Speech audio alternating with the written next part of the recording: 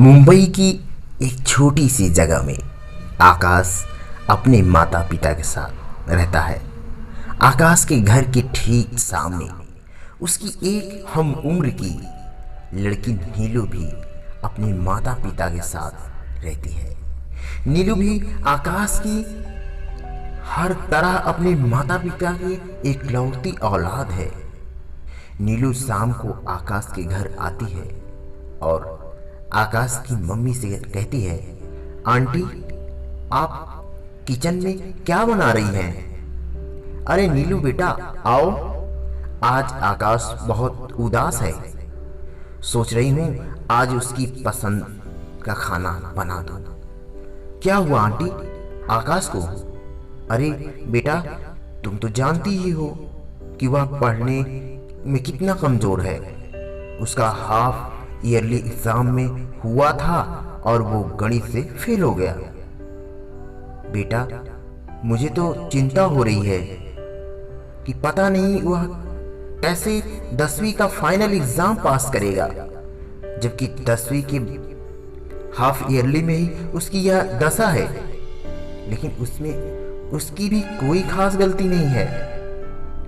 9वीं कक्षा तक तो वह अपने दादा दादी के पास गांव में ही रहा।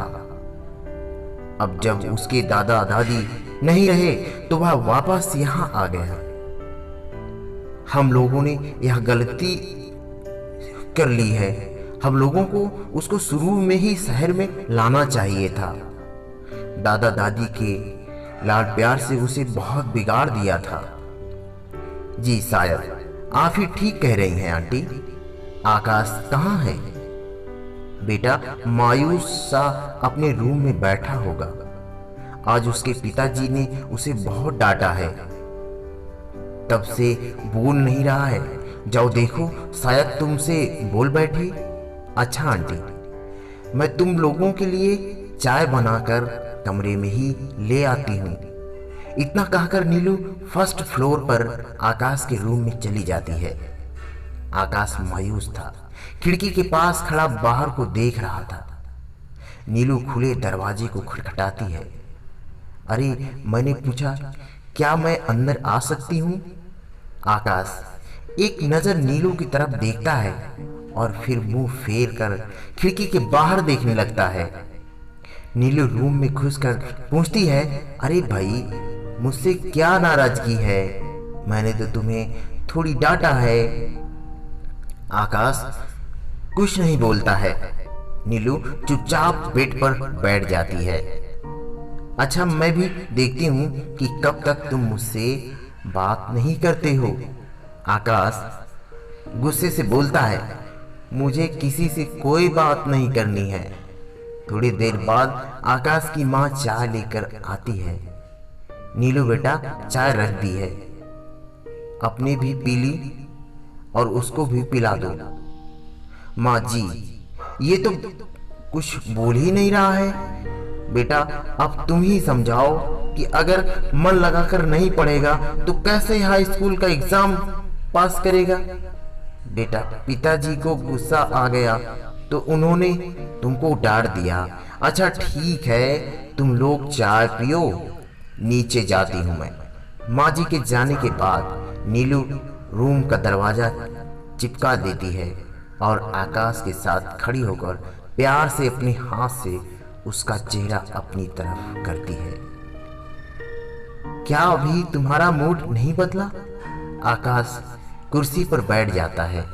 नीलू उसे चाय थमा देती है और खुद भी बेड पर बैठ जाती है। आकाश मायूसी भरे स्वर में कहता है, नीलू तुम्हें तो पता ही है कि मैं सारी रात कितनी मेहनत से पढ़ता हूँ। मेरे पढ़ाई समझ में नहीं आती है। ऊपर से पापा ने मुझे साइंस साइड दिलवा दिया है। मैं तो आर्ट साइड चाह रहा था, कम से कम रट के पास तो हो ही जाता। गणित और अंग्रेजी ने तो मुझे परेशान कर रखा है। बाकी विषय तो मैं रट लेता हूँ, पर गणित और अंग्रेजी मेरे समझ में बिल्कुल नहीं आती है। खास कर गणित। आज ही फेल होने की वजह से पिताजी ने मुझे बहुत डांट लगाई है। नीलू ने आकाश को समझाते हुए कहा, आकाश, तुम्हारे पिताजी को तो गुस्सा आना स्वाभाविक है। आकाश ने कहा, शायद तुम ठीक कह रहे हो, उन्हें मुझसे कुछ ज्यादा ही उम्मीदें हैं। गांव में 9वीं तक तो मैंने कोई पढ़ाई की ही नहीं। अब मेरी पढ़ाई की नींव कमजोर हो गई है और सही बात यह है कि मेरी पढ़ाई में मन ही नहीं लगता है। और ऊपर से यह गणित और अंग्रेजी। नीलू बहुत जोर से हंसने लगती है। अच्छा, एक काम करते हैं, मैं तुम्हें गणित पढ़ा दूंगी। इस बार भी गणित में मुझे पूरे अंक मिले हैं। अच्छा, तुमको ज्यादा डिस्टर्ब नहीं करती हूँ, तुम मन लगा कर पढ़ो। हाई स्कूल का फाइनल एग्जाम पर सर पर आ रहा है। आकाश ने कहा, पता नहीं कैसे होगा, मुझे बहुत डर लग रहा है। डरने की कोई बात नहीं है, बस तुम मन लगा कर पढ़ो। अरे मन तो मैं लगाता ही हूँ। अच्छा किया तुम आ गई, मुझे बहुत रोना आ रहा था। नीलू हंसकर कहा, तुम परेशान होते हो, तुम मुझे पता लग जाता है। अच्छा, वो कैसे? नीलू ने कहा, तुम्हें सब्जेक्ट तो समझ में आता ही नहीं, ये बात क्या तुम्हारे खाक में समझ आएगी? आकाश हल्के से मुस्कुरा देता है। अच्छा ठीक है बाबा, मुझे समझाने की जरूरत नहीं है। वैसे मुझे तो तुम समझ में आती ही नहीं हो। अच्छा चलो अब खुश हो जाओ और पढ़ाई करने बढ़ जाओ, मैं जाती हूँ। इसके बाद नीलू चुपचाप कमरे में बाहर चली जाती है और आकाश पढ़ाई करने बैठ जाता है। आकाश दिन रात कड़ी मेहनत करता है, पर वो 10वीं की परीक्षा में फेल हो जाता है। नीलू बहुत ही अच्छे नंबरों से पास होती है। उस दिन नीलू मिठाई का डब्बा लेकर आकाश के रूम में जाती है। आकाश खिड़की के पास खड़ा होकर के आंसू बहा रहा होता है। नीलू बिना बोले चुपचाप आकाश से सट के खड़ी हो जाती है। क्या हुआ आकाश, कुछ बोलोगे नहीं मुझसे? अब बोलने को रहा ही क्या गया है? मतलब यह है कि तुम 10वीं कक्षा में फेल हो गए हो, तुम्हारी लाइफ खत्म हो गई, तुम्हें फिर मौका नहीं मिलेगा। नीलू आकाश का हाथ पकड़कर जबरन उसे बेड पर बिठा देती है। देखो, मैं अपने पास होने की खुशी की मिठाई लेकर सबसे पहले तुम्हारे पास आई हूं, तुम मुझे जलाने आई हो।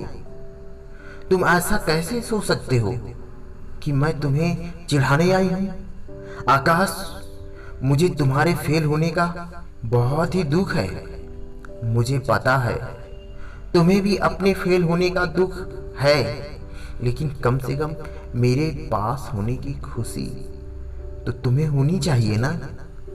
इसलिए मैं तुम्हारा मुंह मीठा कराने आई हूं। आकाश, अब मेरी बात मानो, इस साल तुम आर्ट साइंस ले लो और सिर्फ अपने मनपसंद विषय लेकर पढ़ाई करो। भगवान ने चाहा तो तुम्हें जरूर सफलता मिलेगी। शायद तुम ठीक कह रही हो, अब मैं अपना मनपसंद विषय लेकर ही पढ़ाई करूंगा। हाँ, यह बहुत ही अच्छा होगा, यह बहुत अच्छी बात है। चलो अपना मुंह मीठा करो, खोलो। उसके बाद नीलू आधी मिठाई उसको खिला देती है और आधी मिठाई को अपने खा लेती है। देखो, हम लोगों ने एक ही मिठाई में मुंह मीठा कर लिया। अब जब अगली साल तुम पास हो जाओगे तो मैं तुम्हारे हाथों से मिठाई खाऊंगी। ये सुनकर आकाश मुस्कुरा देता है। नीलू उसके गले पर प्यार से हाथ रखती है और चली जाती है।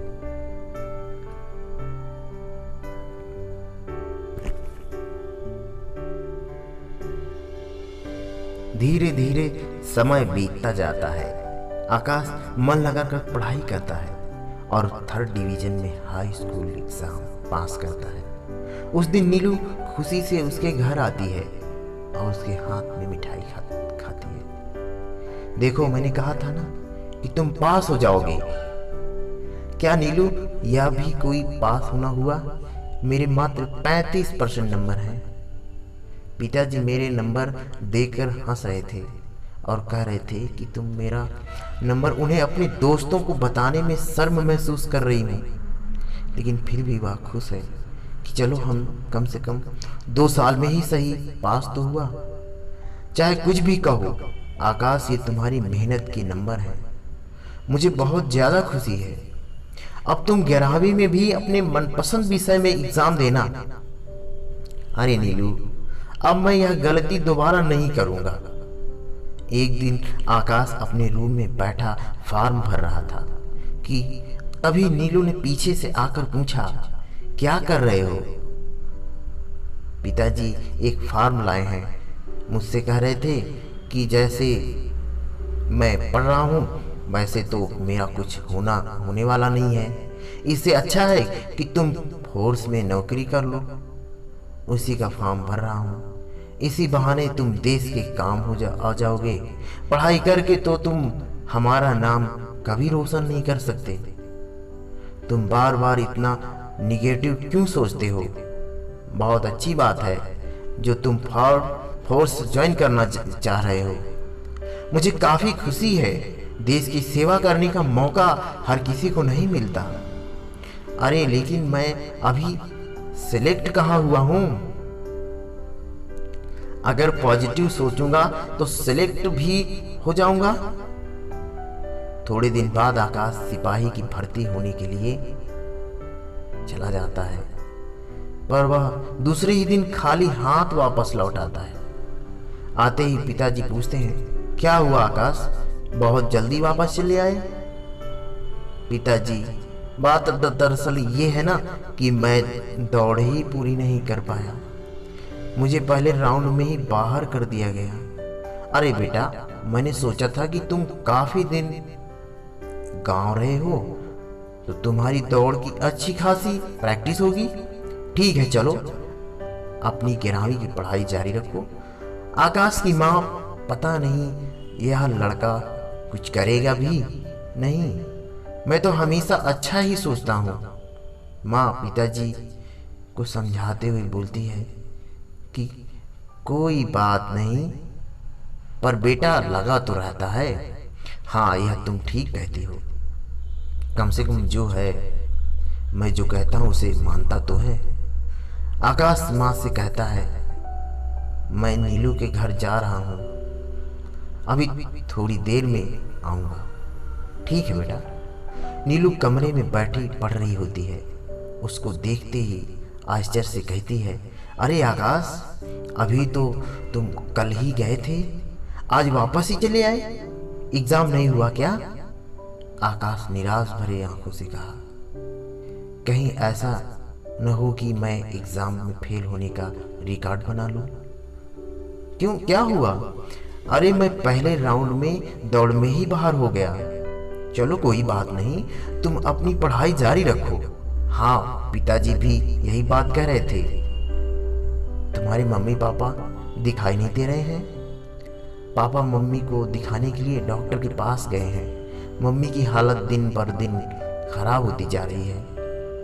मैं देखता हूँ कि तुम घर पर सारा काम भी करती हो, इसके बाद भी तुम पढ़ाई में अव्वल आती हो, और एक मैं हूँ, मुझे सिर्फ पढ़ाई करनी होती है और वह भी मुझसे नहीं होती। अरे आकाश, ऐसा नहीं सोचती। कम से कम तुम लगे रहते हो। तुम्हारे अंदर कोई बुरी आदत तो भी तो नहीं है। मेरा विश्वास करो, तुम कभी बहुत सफल होंगे। धीरे धीरे समय बीतता चला जाता है और आकाश 12वीं का एग्ज़ाम भी 3rd डिवीज़न में पास करता है और नीलू इस समय बीएससी कर रही होती है। नीलू आकाश से पूछती है, आकाश, अब तुम्हारा आगे का क्या इरादा है? आकाश कहता है, पिताजी कह रहे थे कि मैं आईटीआई में एडमिशन ले लूं, क्योंकि मेरा उससे ज़्यादा ही कोई औकात ही नहीं है। यह बात सही है, आदमी को काम हमेशा वही करना चाहिए जिसको वो पूरा कर सके। मुझे तो इसमें कोई बुराई नहीं लगती। अच्छा है कि तुम आईटीआई में एडमिशन ले लो। थोड़े दिन बाद आकाश आईटीआई में एडमिशन लेता है। करीब 1 महीने तक उसकी पढ़ाई ठीक चलती है। एक दिन वह बाइक से कॉलेज जा रहा था कि रास्ते में उसे नीलू मिल जाती है। और आकाश, कॉलेज जा रहे हो? क्यों तुम आज कॉलेज नहीं आ गई? आज मेरी कॉलेज की छुट्टी है। हाँ भाई, तुम्हारा बड़ा कॉलेज है, तुम बड़ी यूनिवर्सिटी में बीएससी की पढ़ाई कर रही हो। अरे वह बात नहीं है, चलो आज मैं तुम्हें कॉलेज तक छोड़ाती हूँ। और तुम कॉलेज से कैसे वापस आओगी? मैं ऑटो रिक्शा पकड़कर वापस चली आऊंगी। लग रहा है तुम मुझे अपनी बाइक पर लिफ्ट नहीं देना चाहते हो। मुझे कोई ऐसी दिक्कत नहीं है। इसके बाद नीलू आकाश के साथ उसकी बाइक में पीछे बैठ जाती है और प्यार से उसके कमर में हाथ डाल देती है। मैंने तुम्हारी कमर में हाथ डाला, तुम्हें कोई दिक्कत तो नहीं? मुझे लगता है संसार में शायद ही कोई ऐसा लड़का होगा जिसे दिक्कत महसूस होगी। बाइक चलाते हुए आकाश नीलू से कहता है, कुछ भी हो, कुछ कहो नीलू, तुम काफी बोर लगती हो। मुझे तो विश्वास ही नहीं था कि तुम मेरे साथ मेरी बाइक पर भी बैठोगी। अरे भाई, इससे गलत क्या है? मैं तुम्हें आज भी थोड़ी जानती हूँ और मैं लोगों की परवाह भी नहीं करती। मैं अगर गलत नहीं हूँ तो मैंने अपने घर वालों को भी परवाह नहीं करती। अच्छा, तुम्हारी मम्मी कैसी है? हालत बहुत अच्छी तो नहीं है, पिताजी आजकल काफ़ी परेशान रहते हैं। अब तुम भी जल्दी से अपनी आईटीआई की पढ़ाई पूरी कर लो। अरे अभी तो पढ़ाई शुरू हुई है, चलो जब शुरू हो गई है तो खत्म भी हो जाएगी। ये तो बातों में पता ही नहीं चला कि कॉलेज कब आ गया। आकाश बाइक लेकर कॉलेज की तरफ जा रहा था। अंदर की तरफ रोका। नीलू आकाश को थैंक यू बोलती है और जाने के लिए मुड़ती है। तभी कॉलेज के 2-3 लड़के उस पर छींटाकशी करने लगते हैं। आकाश को यह देखकर गुस्सा आ जाता है।